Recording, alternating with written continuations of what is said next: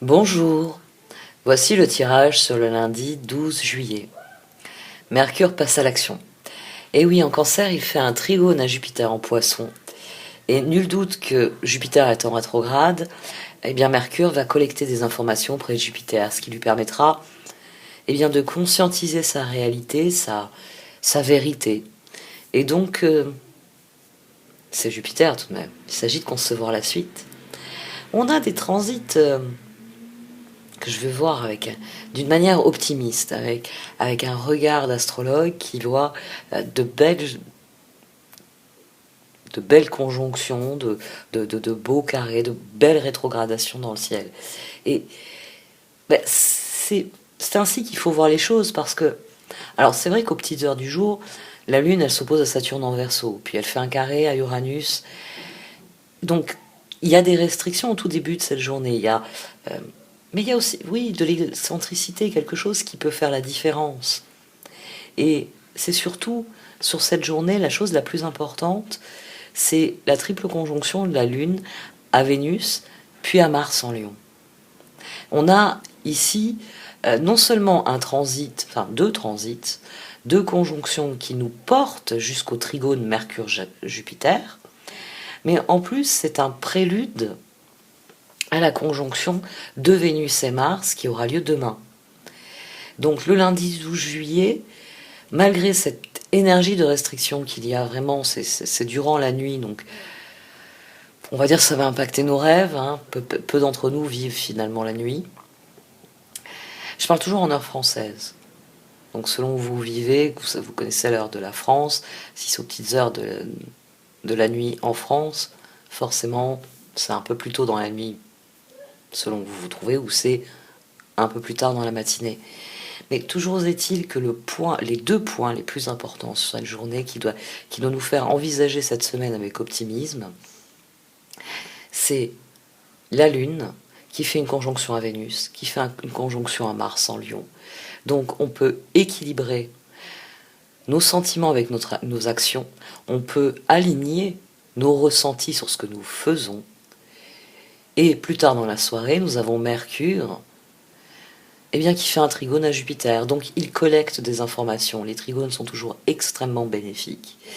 Et c'est pour ça que là, on a une énergie sur lundi qui permet de commencer, on va dire, la semaine en fanfare, et surtout de mettre en place les événements, les éléments qui seront à développer sur mardi, puisque mardi aura lieu la fameuse conjonction entre Vénus et Mars. Et on n'en a pas eu depuis 2019, il faudrait que je vérifie, mais c'est bien cela, puisqu'on est en 2021. Et forcément, ça va beaucoup impacter notre relation à l'autre. Et ça, je vous en parlerai demain. Pour l'instant, on va s'occuper du lundi 12 juillet, de ce que les cartes ont à nous dire sur le sujet.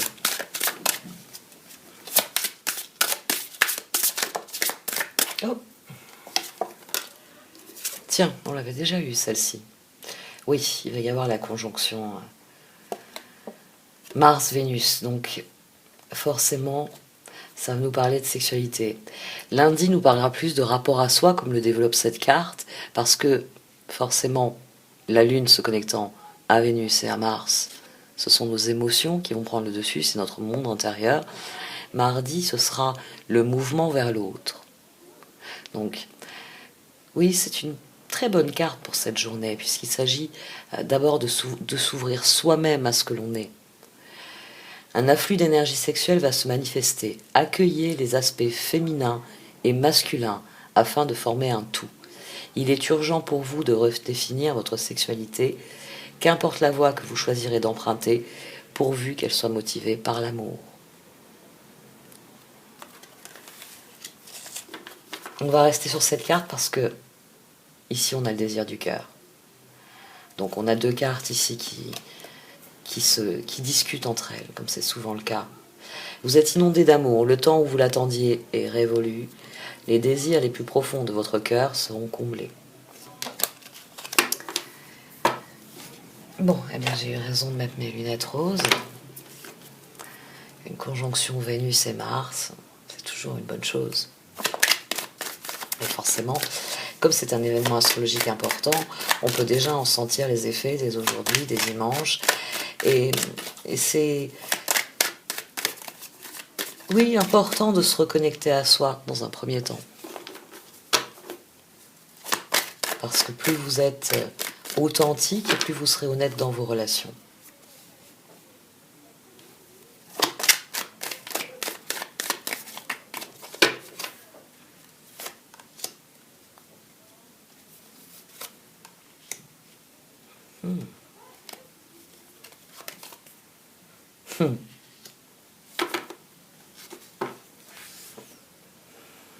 Ah, le 7 de coupe au dos, ce roi d'épée ici, il est décidé à faire plaisir à tout le monde. Il est désireux. Le 9 de coupe, oui, il veut satisfaire à la fois ses désirs et ceux des autres. Il veut vivre dans l'harmonie qu'on a dans un 4 de bâton. Il veut offrir des opportunités de se connecter aux autres. C'est une énergie intéressante sur ce lundi. Ce roi d'épée, là, il a envie de créer des occasions, d'être heureux, de savourer le bonheur. 9 de coupe, il y a un accomplissement personnel. 4 de bâton, eh bien, l'équilibre qu'on a trouvé en soi, l'empereur, on le propage, tempérance.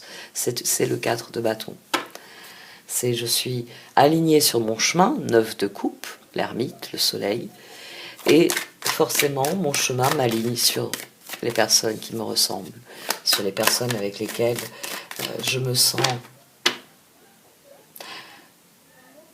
dans l'équilibre, dans l'équité qu'il y a dans tempérance, qu'il y a dans l'harmonie d'un 4 de bâton.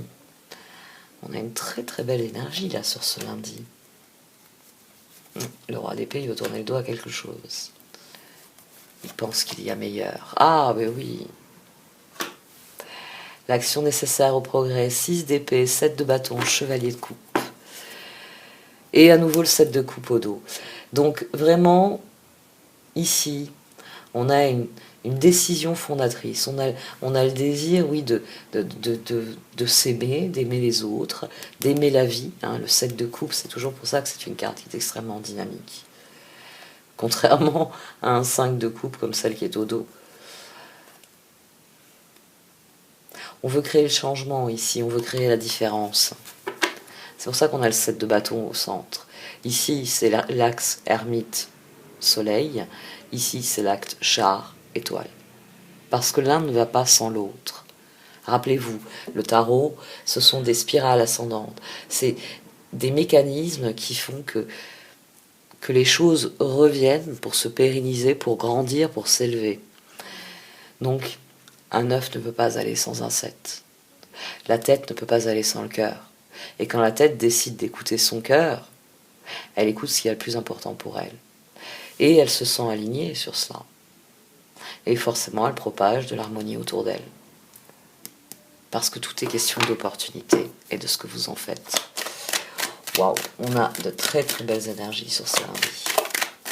Je vais mettre mes lunettes roses plus souvent, hein, parce que ces derniers jours, je les avais mises, puis je les avais enlevées. Et là, on peut les remettre.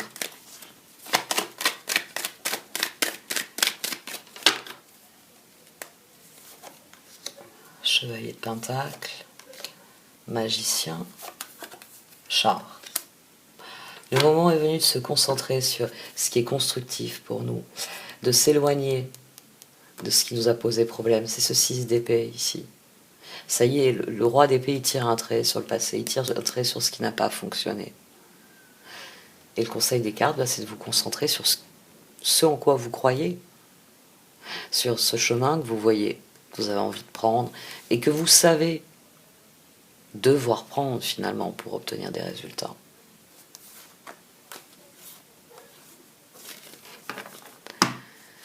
On va voir un peu ce que le cœur en pense. Il se trouve où ce cœur-là? À qui il a envie de faire des propositions? Indécente, forcément. Conjonction Vénus et Mars. Il y a des chances pour que ce soit assez indécent.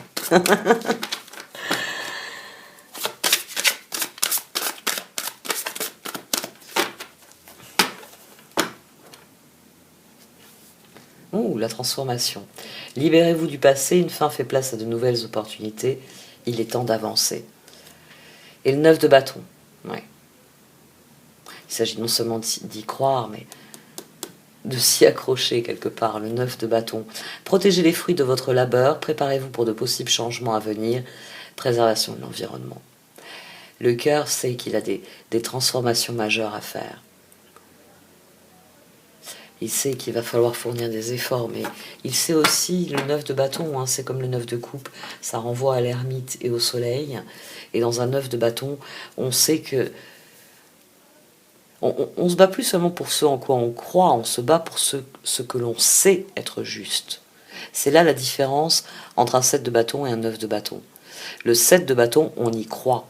On y croit parce qu'on en a toujours rêvé, parce qu'on l'a toujours voulu. C'est l'énergie du char, c'est l'énergie des étoiles. Les énergies de 9, dans un 9 de coupe, il y a déjà un accomplissement. On sait qui on est. C'est un épanouissement qui est intérieur. Alors que le 9 de pentacle, que souvent on recherche, c'est un épanouissement extérieur. On a des résultats qui sont visibles, qui sont tangibles. Et le 9 de bâton, ben, c'est une énergie de 9. Mais dans un 9 de bâton, il y a encore de la bagarre. Il n'y a pas le résultat qu'il peut y avoir dans un 9 de coupe ou un 9 de pentacle. Il y a encore de la bagarre, mais on ne se contente plus de le croire, d'avoir foi, d'avoir confiance, de dire c'est ce qu'il me faut. Dans un 9 de bâton, on le fait parce qu'on sait. Il y a une espèce de connaissance. On sait ce que l'on désire, ce que l'on désire créer, ce que l'on désire vivre. Et c'est là qu'il y a un équilibre entre l'impératrice et la transformation. Parce que dans l'impératrice, on a confiance, on agit. Dans la transformation, il y a une maîtrise, on sait quelque chose. Concevez toujours cela comme une spirale ascendante. Ça vous permet d'avoir vraiment une représentation de comment les choses s'imbriquent et progressent.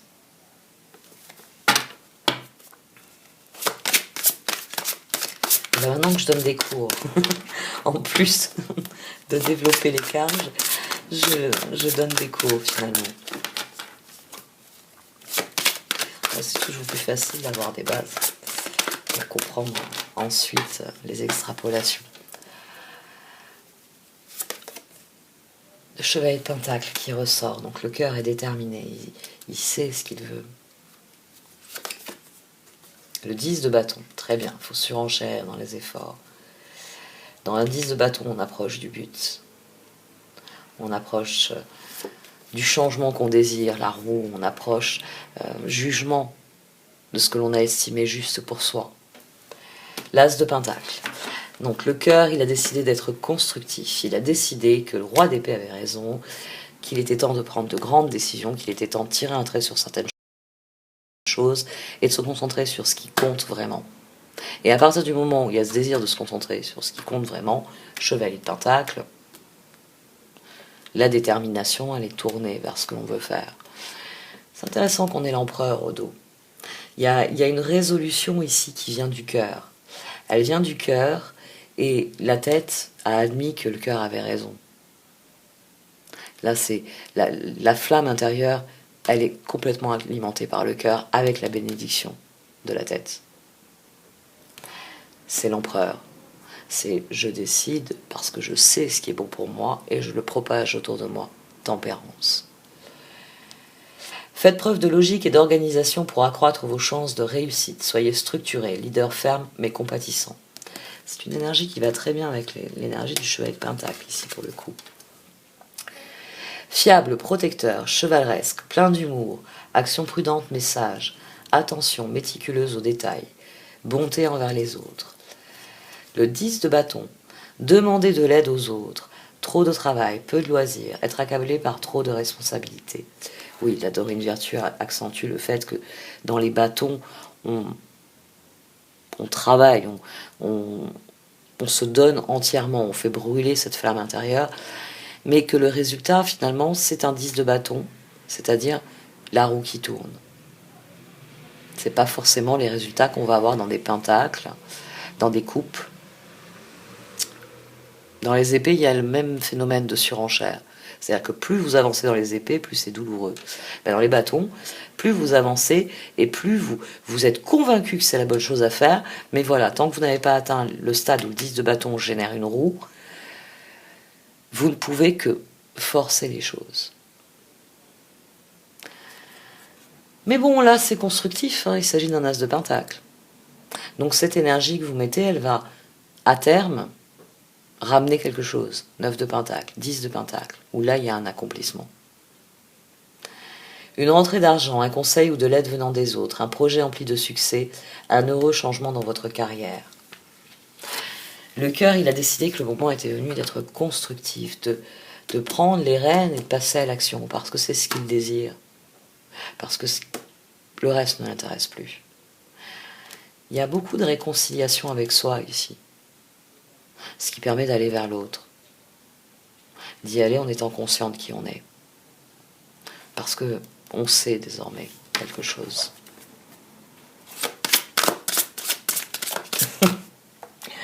Les yeux tombent sur elle, le désir du cœur. Vous êtes inondé d'amour, le temps où vous l'attendiez est révolu, les désirs les plus profonds de votre cœur seront comblés. C'est ce que désire le cœur, être comblé.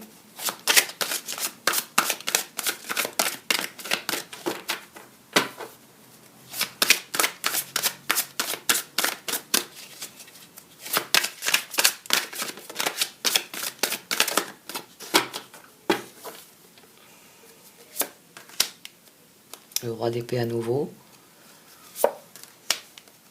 Le 8 de pentacle, oui, des efforts, toujours des efforts pour devenir le roi de coupe.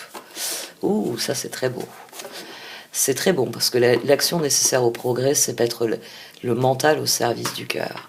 C'est prendre ce qu'il y a de bon dans notre réflexion, dans notre structuration mentale, mais le mettre au service de notre instinct, au service de nos ressentis, pour réellement savoir ce que l'on ressent et donc pouvoir exprimer ce que l'on ressent d'une manière alignée. Le 8 de pentacle. La force, c'est la lune. Les ressources, est-ce que l'on en fait? Et le roi d'épée, il a compris que le cœur était une ressource. Et il lui donne le pouvoir. Le roi d'épée, savant, expérimenté, impartial, impassible, prenez conseil auprès d'un professionnel, quelqu'un d'objectif, discours public, une relation impassible. Le 8 de pentacle, approfondissez vos recherches avant de passer à l'action. Éducation sous forme de séminaire, retour à l'école ou stage, excellente maîtrise du métier et projet à long terme. Et enfin, le roi de coupe, respectable, dévoué, mature, chaleureux, un amoureux en qui vous pouvez avoir confiance, excellent conseil venant du cœur, s'impliquer dans une entreprise culturelle ou s'efforcer d'être créatif. On a un cœur ici qui est débordant d'énergie et prêt à se lancer dans l'inconnu. 18. Mais pour le meilleur. 18, 19. Allez, voyons ce que nous conseillent les cartes ici.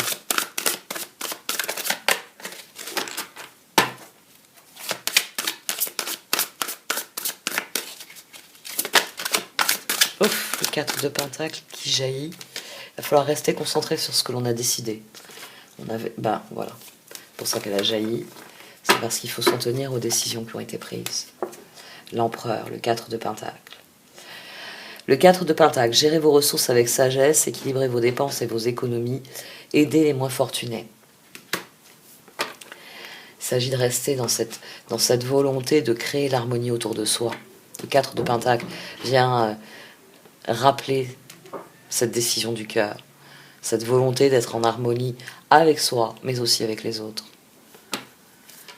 Parce que cela aide à affiner, on va dire, votre réflexion quand vous travaillez à ce que vous voulez construire, quand vous envisagez les choses. Le roi de bâton, tiens, le diable et l'ermite. Très bien.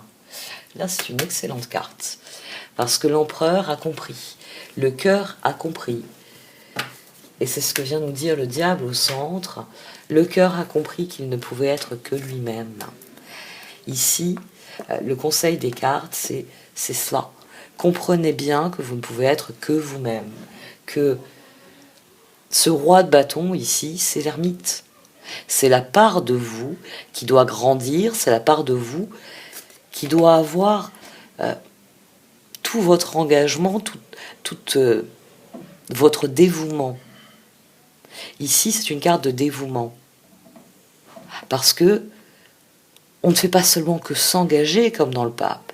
On estime que ce que l'on entreprend, le roi de bâton, est lié à ce que l'on est. Ici, c'est un conseil, alignez-vous. Parce que ce que vous entreprenez sera ce que vous ferez de votre vie. Et donc, ce que vous définissez comme projet, comme trajectoire, ce qui à vos yeux est important et sur lequel vous devez travailler, cette décision que vous avez prise ici,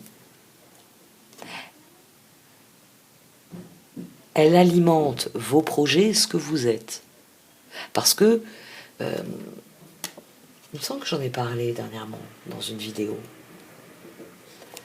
On a le chariot et on a la roue en dessous de l'empereur. J'en ai parlé dans une vidéo dernièrement. Alors, je vais peut-être faire une redite d'hier en fait. Du fait que on est les personnes que nous sommes le reflet de notre environnement. Selon la façon dont vous avez été élevé, le milieu, les valeurs qui vous ont été inculquées, les habitudes qui vous ont été données, vous êtes une certaine personne. Puis quand on vieillit, forcément on fait de nouveaux choix, hein, on se démarque de notre conditionnement, on commence à faire des choix personnels. Pourquoi j'ai retourné les cartes? L'empereur, parce qu'on sait que c'est à nous de tenir les rênes. Et c'est là que la roue tourne. Et forcément, quand la roue tourne, on fait de nouveaux choix, on prend de nouveaux engagements. Et on est le reflet de notre environnement. C'est-à-dire que les personnes avec qui vous traînez le plus, hein, vous passez le plus de temps, c'est les personnes qui vous ressemblent le plus. C'est les personnes qui, normalement, sont alignées sur vos valeurs, sur vos rêves, sur vos objectifs, sur ce que vous désirez vivre. Parce que, normalement, on va vers des personnes qui nous ressemblent.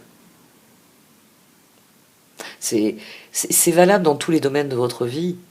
Vous êtes ce que vous lisez, vous êtes ce que vous regardez, ou ce que vous développez dans votre réflexion, vous êtes ce que vous mangez, vous êtes votre environnement. Parce que normalement, ne serait-ce que votre chambre, enfin, votre appartement, il ressemble à la personne que vous êtes. Il n'y a pas de jugement là-dedans. Il y a des personnes bordéliques qui vivent très bien d'être bordéliques. Il y a des personnes qui sont hyper maniaques et qui vivent très bien aussi. C'est pas une question de valeur ici, c'est une question de décider qu'être soi-même, oui, c'est basculer vers ça, vers cet engagement, le seul finalement dans lequel vous pouvez basculer. Là, c'est une bonne carte. C'est une bonne carte parce que on décide que quoi qu'il arrive, on ne cessera jamais d'être soi.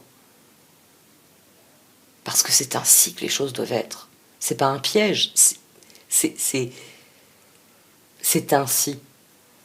Et il faut l'admettre. Le roi de bâton, innovateur, inspirant, sage, théâtral, rentrée d'argent imprévue. Vos compétences de leadership sont nécessaires maintenant. Un défenseur de votre cause inattendue. L'ermite. Trouvez ou devenez un mentor. Éloignez-vous de la société un moment. Engagez-vous sur la voie de la croissance spirituelle. On a un tirage ici qui est sous le patronage de Mars et de Vénus. Parce que Vénus parle avec le cœur, parce que Mars veut passer à l'action. Parce que le cœur a été bafoué, trompé, abîmé, mais qu'il est toujours... Hop, mon lapis lazuli qui tombe. Il était posé un petit peu trop au bord. Ça faisait un petit moment que je me faisais la réflexion. Et voilà, il est tombé. Qu'est-ce que je disais? Il m'a interrompu. Et oui, et Mars, alors, Mars, il a été restreint dans son action. Hein, je ne vais pas vous refaire ces derniers... Ouais, maintenant, on peut dire, c'est... Il y a plus d'un an, en fait, qu'on est restreint dans notre action. Donc là, Mars et Vénus, c'est... On peut pas dire Roméo et Juliette parce que ça se finit mal. Mais voilà, c'est ces deux amants éternels qui se retrouvent. Et quand ils vont ressortir de la chambre, ils sont bien décidés. Ils ont regonflé tout. Leur courage, leur vaillance, leur authenticité aussi. Parce qu'ils reviennent à eux-mêmes, à ce qu'ils sont intrinsèquement. Il y a beaucoup de choses finalement sur cette semaine. Et cette conjonction, elle va conditionner beaucoup de choses. Parce que ce que l'on ressent, ça doit se refléter dans ce que l'on fait. Et ça, on le sait intérieurement. Mending. Oui, c'est vrai. C'est l'occasion de se réconcilier avec les personnes qui en valent la peine, avec les personnes qui sont alignées avec vous. C'est l'occasion de, 9 de coupe, de chercher quelque chose qui vous épanouisse, mais qui vous épanouisse avec les autres, et de faire des offres, parce que vous y croyez, parce que vous savez que c'est une bonne chose pour vous. Higher Power, The Tribe. Au fond de vous, vous savez quelles sont les relations qui sont de cet ordre. Alors, dans toute relation, il y a des choses à apprendre. Dans toute relation, il va y avoir des hauts et des bas. Mais au fond de vous, il y a une petite voix qui toujours vous dit que cette personne représente quelque chose que vous ne pouvez pas toujours parfaitement décrire en mots, parfaitement expliciter, parce qu'il faudrait expliquer une foule de petites choses qui font le grand tableau que vous voyez. Mais au fond de nous, on sait quels sont les membres de notre clan, de notre tribu, avec lesquels il est important de rester lié, de rester proche.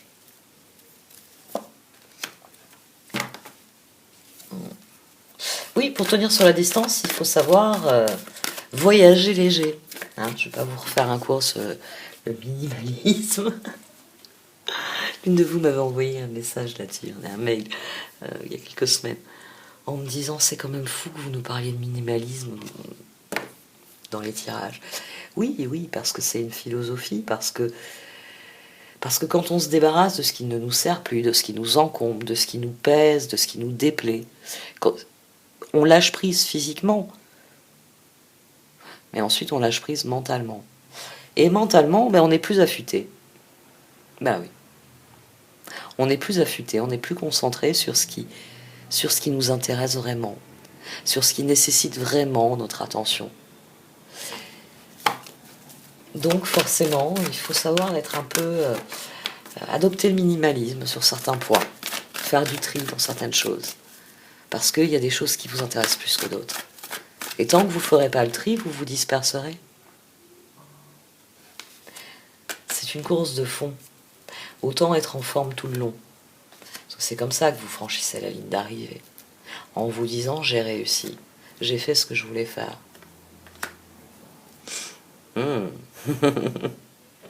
Ça, je crois elles le disent assez souvent en ce moment, les cartes. Qu'il y a des portes qui se ferment, il y en a d'autres qui s'ouvrent, mais que c'est une bonne chose. Que c'est quelque chose qu'on doit accueillir. Que c'est quelque chose dont on doit être heureux. Parce que Serendipity, finalement, c'est être parti à la recherche d'un rayon de soleil et revenir avec un trèfle à 4 feuilles. Vous comptiez regarder le ciel, mais en baissant les yeux, vous avez vu un trésor. C'est quelque chose auquel vous ne vous attendez pas. Quelque chose qui n'est pas ce que vous désirez, mais qui est parfaitement ce qu'il vous faut.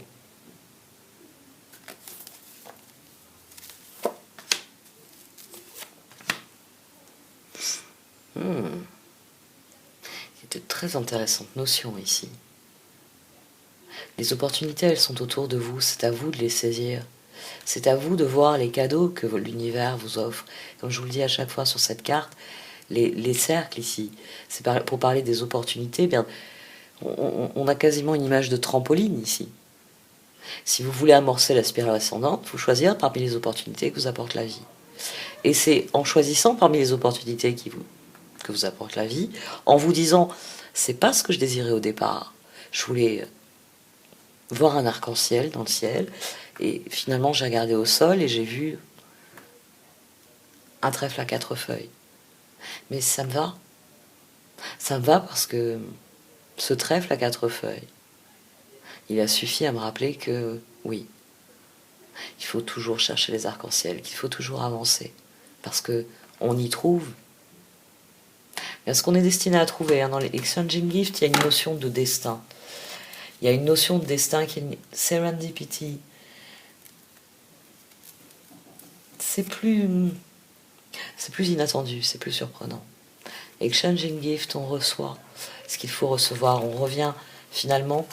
C'est d'ailleurs, vous avez toujours, chez Colette Baron-Henri, il y a énormément de choses qui sont très cohérentes. Ici, vous avez les mêmes énergies. C'est-à-dire que là, flexible, il faut s'adapter. Il faut s'adapter parce que les choses ne sont pas tout à fait ce qu'on voulait. Mais avec le temps, on réalise que ce qui nous a été refusé n'était pas intéressant. Que ce qui nous a été offert, c'était le vrai cadeau. C'est pour ça que les 2 cartes ici sont en tonalité de rose. Alors que celles-ci sont en tonalité de verte. C'est pour bien faire sentir qu'ici, le destin, il nous force un peu la main. Mais s'il a ouvert cette porte, c'est pour une bonne raison. Et c'est une fois qu'on passe la porte qu'on se dit « Ah ouais, génial !» En avant.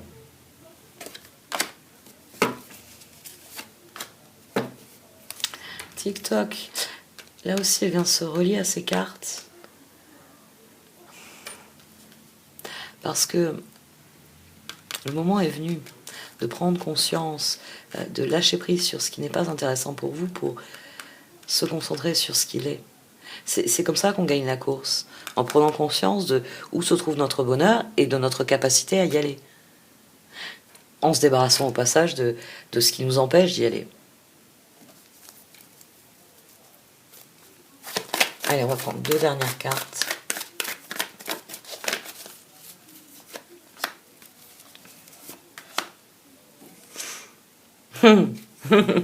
Bon, là, il y en a encore pour le minimalisme ici. Parce que le changement est là, parce que la nouvelle sérénité que l'on cultive, l'amour que l'on se donne, il rejaillit autour de soi. Parce que on fait de la place. Parce qu'à partir du moment où vous guérissez, à partir du moment où vous prenez soin de vous, vous êtes plus fort, plus résistant, plus affûté, plus compréhensif, plus bienveillant. Il y a beaucoup de choses qui vont venir avec ça. C'est pour ça que empereur, tempérance. C'est pour ça que impératrice, transformation. Parce que il y a les choix qu'on fait, il y a la force que l'on exerce, et puis il y a le résultat, il y a la lune. Le résultat n'est pas toujours ce que l'on pensait, mais il est souvent tout simplement ce que l'on mérite, ce dont on a besoin, ce qui nous était réservé. Faites de la place. Faites de la place pour accueillir d'abord cette nouvelle paix, et ensuite les opportunités qui vont venir avec. Parce que plus vous serez aligné, vous voyez là cette petite étoile sur le front, et plus ce que vous êtes, traduit dans vos intentions, sera aligné sur ce que vous faites. Et c'est là que les opportunités elles vont venir. Parce que forcément, votre état d'esprit est en changé. Allez, cette fois j'arrête. Ah, je vais relire la carte de la sexualité, parce que j'y suis pas revenue finalement dans la fin du tirage. Un afflux d'énergie sexuelle va se manifester. Accueillez les aspects féminins et masculins afin de former un tout. Il est urgent pour vous de redéfinir votre sexualité, qu'importe la voie que vous choisirez d'emprunter, pourvu qu'elle soit motivée par l'amour. Allez, merci de m'avoir écouté. Vous pouvez liker, commenter ou partager cette vidéo. Au revoir.